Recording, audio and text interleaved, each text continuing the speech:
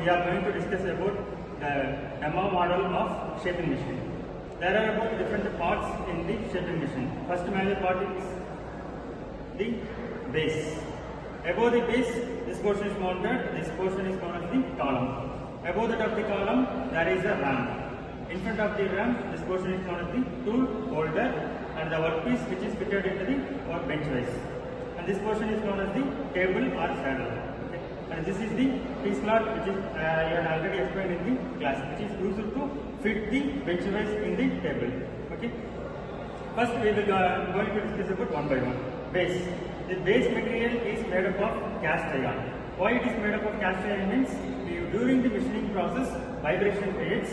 With the help of the cast iron, the vibration gets into the ground. That is one of the major ability of the cast iron. It helps to stability of the workpiece material during the machining process. This is one of the major portion of base. And above the base, all the other components of the shaping machine has been mounted. One is the column.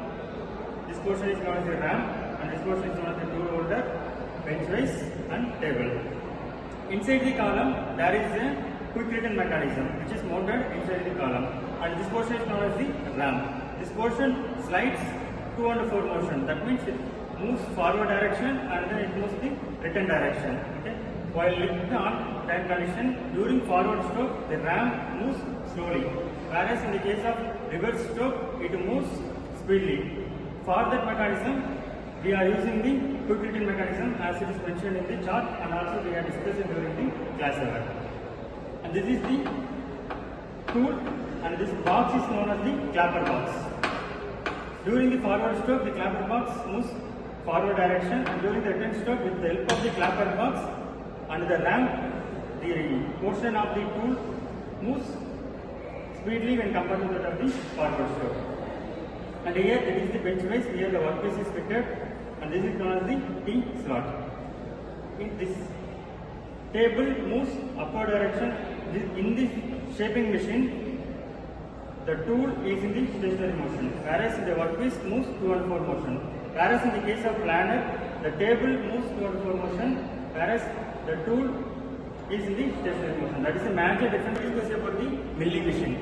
Milling machine, it is a type of machine which is used to produce different types of operations such as gear. We can use to produce the gear. We can also use to produce the cam profile. We can also produce the flat surfaces.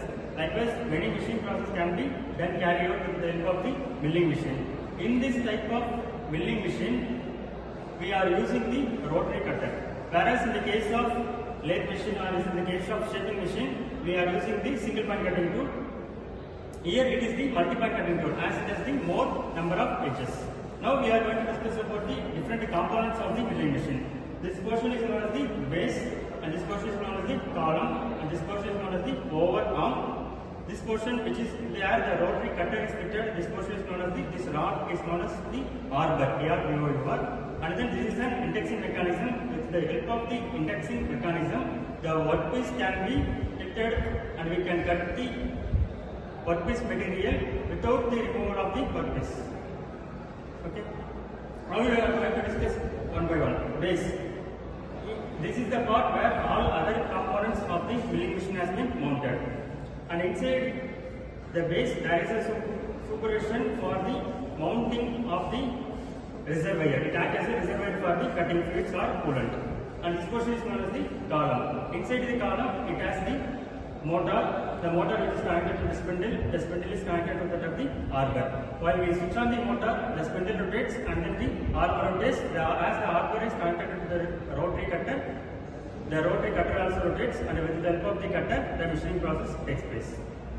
Above the column, we have the overarm. This portion is known as the overarm. This is used to support the column and also the all other parts.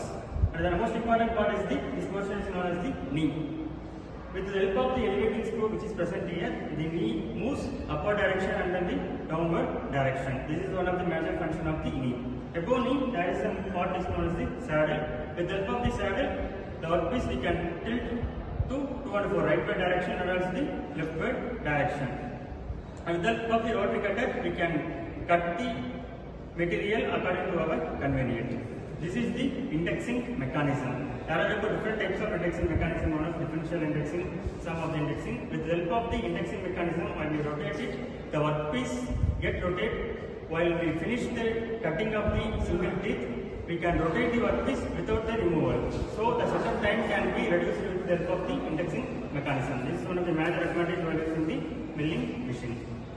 Next, we are going to discuss about this is the one of the type of milling machine, horizontal milling machine. There are also about other different types of milling machines such as universal milling machine and also the omniversal milling machine. In case of universal milling machine, we can tilt the table to that of the certain angle. This is the case of universal milling machine. Whereas in the case of omniversal milling machine, we can also tilt the knee to that of the certain angle. This is the major difference between horizontal, omniversal and universal milling machine.